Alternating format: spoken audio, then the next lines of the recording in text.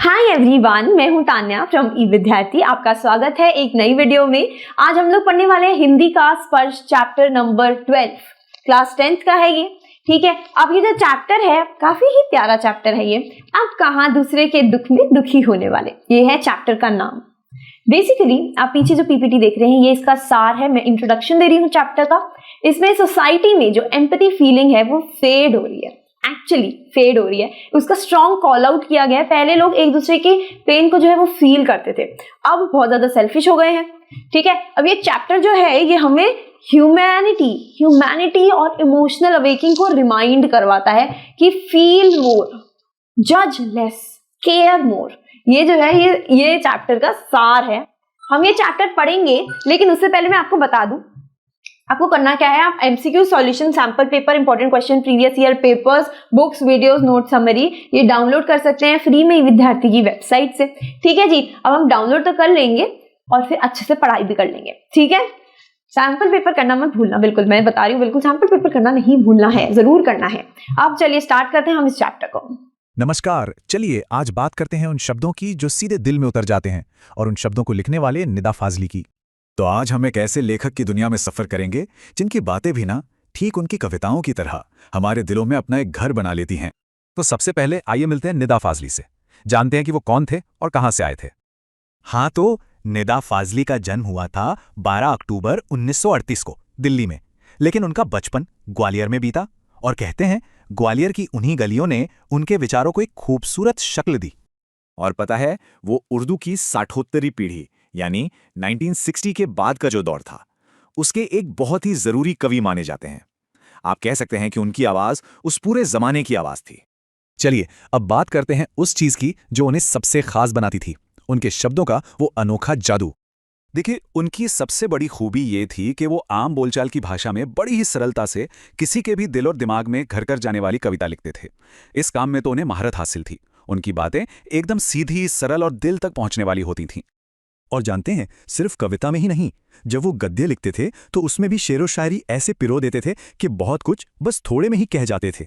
सच में इस मामले में वो अपने किस्म के अकेले ही गद्यकार थे। आइए अब जरा उनके साहित्यिक सफर पर चलते हैं और उनकी कुछ खास रचनाओं को याद करते हैं। तो सबसे पहले आई उनकी कविता की पहली किताब जिसका नाम था लफ्जों का पुल। फिर उनकी शायरी की एक और किताब आई, खोया हुआ सा कुछ, जिसके लिए उन्हें बहुत सम्मान मिला। और तो और उन्होंने अपनी आत्मकथा भी लिखी जिसके 2 भाग हैं, दीवारों के बीच और दीवारों के पार। साल 1999, ये साल उनके लिए एक बहुत ही यादगार साल था। इसी साल उन्हें उनकी किताब खोया हुआ सा कुछ के लिए साहित्य अकादमी पुरस्कार से सम्मानित किया गया। ये बहुत बड़ा सम्मान होता है। वो फिल्म इंडस्ट्री से भी जुड़े रहे और 8 फरवरी 2016 को वो इस दुनिया को अलविदा कही गए, लेकिन अपने शब्दों के जरिए वो आज भी हमारे बीच जिंदा हैं। तो ये तो थी निदा फाजली की कहानी। अब उन्हीं के लिखे हुए एक हिस्से से चलिए इस दुनिया को उनकी नजरों से देखने की कोशिश करते हैं। निदा फाजली हमें याद दिलाते हैं कि ये दुनिया कुदरत का एक बहुत ही सुंदर तोहफा है। चलिए देखते हैं कि पाठ के शुरू में वो क्या समझाते हैं। वो कहते हैं, कुदरत ने यह धरती उन तमाम जीवधारियों के लिए अता फरमाई थी जिन्हें खुद उसी ने जन्म दिया था। मतलब ये धरती सिर्फ इंसानों के लिए नहीं थी, बल्कि हर एक जीव के लिए थी, सबके लिए। लेकिन फिर कुछ ऐसा हुआ जिसने कुदरत के इस खूबसूरत प्लान को, इस संतुलन को पूरी तरह से बदल कर रख दिया। हुआ ये कि आदमी नाम के कुदरत के सबसे अजीम करिश्मे ने, मतलब इंसान ने, धीरे धीरे पूरी धरती को ही अपनी जागीर बना लिया और बाकी सभी जीवधारियों को बेघर कर दिया। और इसका नतीजा क्या हुआ? नतीजा ये हुआ कि दूसरे जीवधारियों की या तो नस्लें ही खत्म होने लगीं, या फिर उन्हें अपना घर, अपना ठिकाना छोड़कर कहीं और जाना पड़ा। और बहुत से तो आज भी एक आशियाने की तलाश में यहां वहां भटक रहे हैं। काश बात यहीं तक रुक जाती, तब भी गनीमत होती। लेकिन आदमी नाम के इस जीव की सब कुछ समेट लेने की भूख यहीं पर पूरी नहीं हुई। और अब निदा फाजली हमें एक ऐसे मोड़ पर ले आते हैं जहां हमें रुककर खुद से एक बहुत जरूरी सवाल पूछना पड़ता है। अब इंसान सिर्फ दूसरे प्राणियों को ही नहीं, बल्कि खुद अपनी ही जात को भी बेदखल करने से जरा भी परहेज नहीं करता। आलम यह है कि अब उसे ना तो किसी के सुख दुख की चिंता है और ना ही किसी को सहारा देने या मदद करने का कोई इरादा। ऐसा लगता है जैसे हम सब एक दूसरे से कितने दूर हो गए हैं।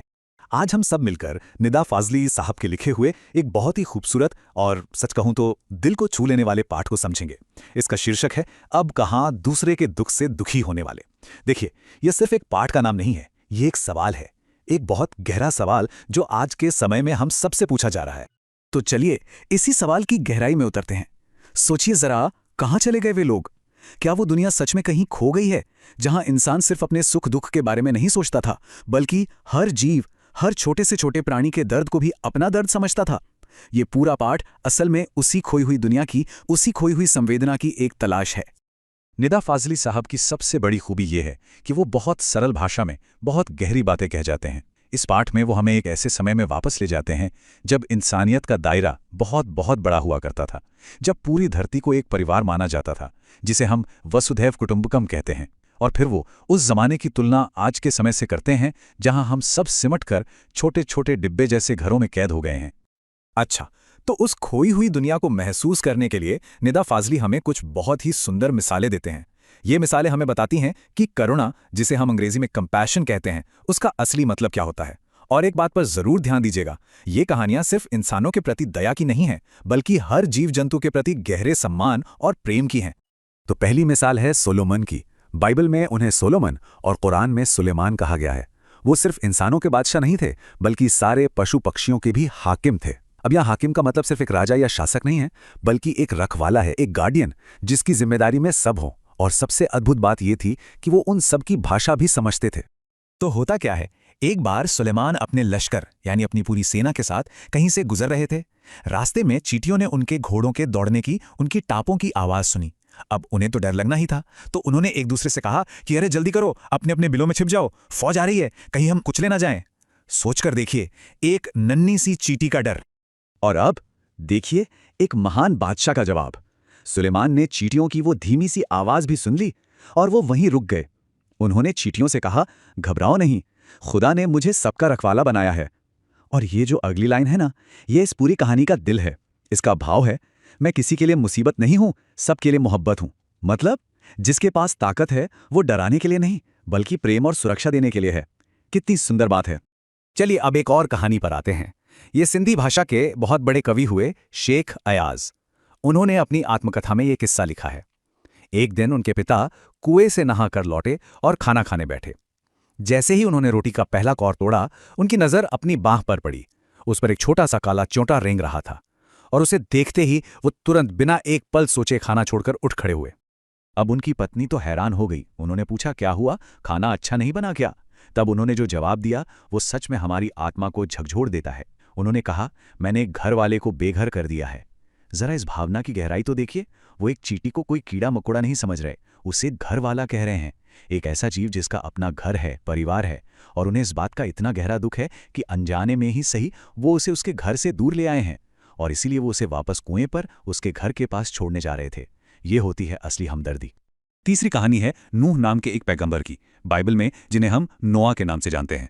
कहते हैं उनका असली नाम लश्कर था, लेकिन अरब में लोग उन्हें नूह के नाम से याद करते हैं। क्यों?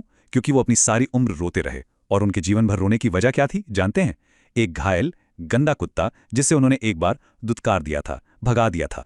उस घायल कुत्ते ने पलटकर जो जवाब दिया, उसमें बहुत बड़ा दर्शन, एक बहुत बड़ी फिलॉसफी छिपी हुई है। उसने कहा, ना तो मैं अपनी मर्जी से कुत्ता बना हूं और ना ही तुम अपनी पसंद से इंसान बने हो। बनाने वाला तो हम सबका वही एक ईश्वर है। बस इस एक वाक्य ने नूह के दिल पर इतनी गहरी चोट की कि वो जीवन भर अपने किए पर पछताते रहे, रोते रहे। ये कहानी हमें सिखाती है कि हर जीव में उसी एक ईश्वर का अंश है और किसी को भी खुद से छोटा समझना सबसे बड़ा गुनाह है। और इसी गहरे भाव को, इसी दर्शन को निदा फाजली साहब इस दोहे में समेटते हैं। वो कहते हैं, मट्टी से मट्टी मिले खो के सभी निशान, किसमें कितना कौन है कैसे हो पहचान। मतलब जब हम सब मर जाते हैं तो हमारा शरीर इसी मिट्टी में मिल जाता है, सारे निशान, सारी पहचान खो जाती है। तब क्या पता चलता है कि कौन इंसान था, कौन जानवर था, सब एक हो जाते हैं। तो फिर जिंदगी में इतना भेदभाव, ये ऊंच नीच क्यों? तो अभी तक हमने उस आदर्श दुनिया की बात की जहां करुणा और हमदर्दी थी, लेकिन अब लेखक हमें आज की कड़वी सच्चाई की तरफ लेकर आते हैं। वो बताते हैं कि कैसे इंसान की बढ़ती आबादी और उसकी कभी ना खत्म होने वाली भूख, उसके लालच ने इस पूरी प्रकृति का संतुलन ही बिगाड़ कर रख दिया है। हमने ये समझ लिया कि ये धरती सिर्फ हमारी है और बाकी सब जीवधारियों को हमने यहां से बेदखल करना शुरू कर दिया। इस स्लाइड में ये बदलाव कितना साफ साफ दिख रहा है ना? पहले पूरा संसार एक परिवार की तरह था। लोग बड़े बड़े घरों में, आंगनों में मिलजुल कर रहते थे, प्रकृति के साथ उनका एक गहरा रिश्ता था। और अब अब हमारा जीवन टुकड़ों में बंट चुका है और हम छोटे छोटे डिब्बे जैसे घरों में, फ्लैट्स में सिमट कर रह गए हैं। वो खुलापन, वो जुड़ाव सब कहीं खोसा गया है। इंसान ने क्या नहीं किया, जंगल के जंगल काट दिए, पहाड़ों को तोड़ा, समंदर को पीछे धकेलकर उस पर इमारतें खड़ी कर दी। लेकिन हम सब ये भूल गए कि प्रकृति यानी नेचर की भी सहन शक्ति की, बर्दाश्त करने की एक सीमा होती है। और जब वो सीमा टूटती है तो प्रकृति अपना गुस्सा दिखाती है। इसी का एक बहुत डरावना उदाहरण लेखक हमें मुंबई के घटना से देते हैं। लेखक ने यहाँ समंदर का बहुत ही सुंदर मानवीकरण यानी पर्सोनिफिकेशन किया है। जरा कल्पना कीजिए, बड़े बड़े बिल्डरों ने समंदर की जमीन पर कब्जा करना शुरू कर दिया। तो पहले तो बेचारे समंदर ने अपनी फैली हुई टांगें समेट लीं, जैसे कोई सिकुड़कर बैठ जाता है। फिर जब जगह और कम पड़ने लगी तो वो उकड़ू बैठ गया, फिर उसे खड़ा होना पड़ा। और जब खड़े रहने की भी जगह नहीं बची तो आखिर में उसे गुस्सा आ ही गया। और जब समंदर को गुस्सा आया तो उसने अपनी लहरों पर चल रहे 3 बड़े बड़े जहाज़ों को उठाया और ऐसे फेंक दिया जैसे कोई बच्चा गेंद को फेंकता है। एक जहाज वर्ली के समंदर के किनारे आकर गिरा, दूसरा बांद्रा में कार्टर रोड के सामने और तीसरा गेटवे ऑफ इंडिया पर जाकर टूट गया। ये बस प्रकृति की ताकत का एक छोटा सा नमूना था, हम इंसानों के अहंकार को एक चेतावनी। अब लेखक हमें अपनी माँ के जरिए उस पुराने दौर की सोच से मिलाते हैं। उनकी माँ आज के ज़माने में रहते हुए भी उन पुरानी मान्यताओं को, उस गहरी करुणा को अपने अंदर जिंदा रखे हुए थीं, जो अब लगभग खत्म सी हो गई है। वो उस गुजरे हुए ज़माने की एक जीती जागती आवाज़ थीं। ज़रा उनकी माँ की सीखें सुनिए, कितनी गहरी और कितनी प्यारी हैं। वो कहती थीं, सूरज ढलने के बाद पेड़ से पत्ते मत तोड़ना, पेड़ रोएंगे। शाम को दिया बत्ती के समय फूल मत तोड़ो, वो बद्दुआ देते हैं। नदी के पास जाओ तो उसे सलाम करो, वो खुश होती है। कबूतरों को कभी मत सताओ, क्योंकि वो पैगंबर मोहम्मद साहब को बहुत प्यारे थे। मुर्गे को परेशान मत करो, क्योंकि वो सुबह अजान देकर सबको जगाता है। मतलब उनकी नज़र में प्रकृति की हर चीज़ जिंदा थी, हर चीज़ में भावनाएं थीं। एक बार की बात है, उनके ग्वालियर वाले घर में रोशनदान में कबूतर ने घोंसला बनाया हुआ था।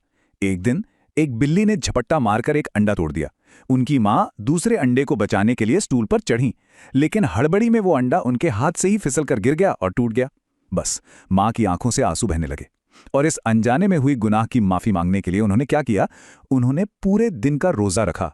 दिन भर कुछ खाया पिया नहीं, बस रोती रहीं और नमाज पढ़कर खुदा से इस गुनाह की माफी मांगती रहीं। एक छोटे से जीव के अंडे के लिए इतनी गहरी पीड़ा। लेकिन फिर ग्वालियर से बंबई तक आते आते दुनिया बहुत बदल गई। अब लेखक हमें अपनी माँ की उस करुणा और आज की दुनिया की जो प्रैक्टिकल सच्चाई है उसके बीच का फर्क दिखाते हैं। वो बताते हैं कि कैसे अब हमारी प्राथमिकताएं, हमारी प्रायोरिटीज बदल गई हैं। अब करुणा पर हमारी सुविधा भारी पड़ने लगी है। लेखक बताते हैं कि उनके मुंबई वाले फ्लैट में भी 2 कबूतरों ने एक जगह पर अपना घोंसला बना लिया है। लेकिन अब उनके आने जाने से घर का सामान गिरता है, टूटता है, गंदगी होती है, परेशानी होती है। और इस रोज रोज की परेशानी से तंग आकर उनकी पत्नी ने उस जगह पर एक जाली लगवा दी है जहां उन कबूतरों का आशियाना था, उनका घर था। ये आज की हकीकत है ना? दया और सुविधा के बीच का एक संघर्ष। और इसका नतीजा क्या हुआ? अब वो दोनों कबूतर जिनका घर उनसे छीन लिया गया है, वो रात भर खिड़की के बाहर खामोश और उदास बैठे रहते हैं। वो बेघर हो गए हैं और उनकी इस खामोश उदासी को, उनके इस दुख को समझने वाला अब कोई नहीं है। और यहीं पर लेखक इस पाठ का सबसे दर्द भरा और सबसे जरूरी वाक्य कहते हैं।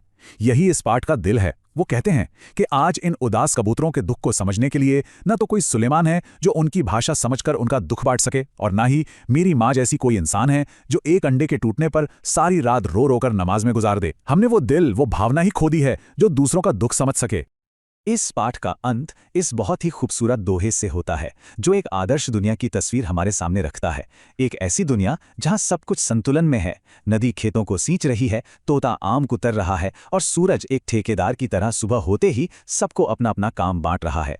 प्रकृति में सब कुछ एक सामंजस्य में, एक हार्मनी में चल रहा है। सवाल ये उठता है कि इस हार्मनी में हम इंसान कहाँ खड़े हैं? क्या हम इसे बना रहे हैं या इसे बिगाड़ रहे हैं?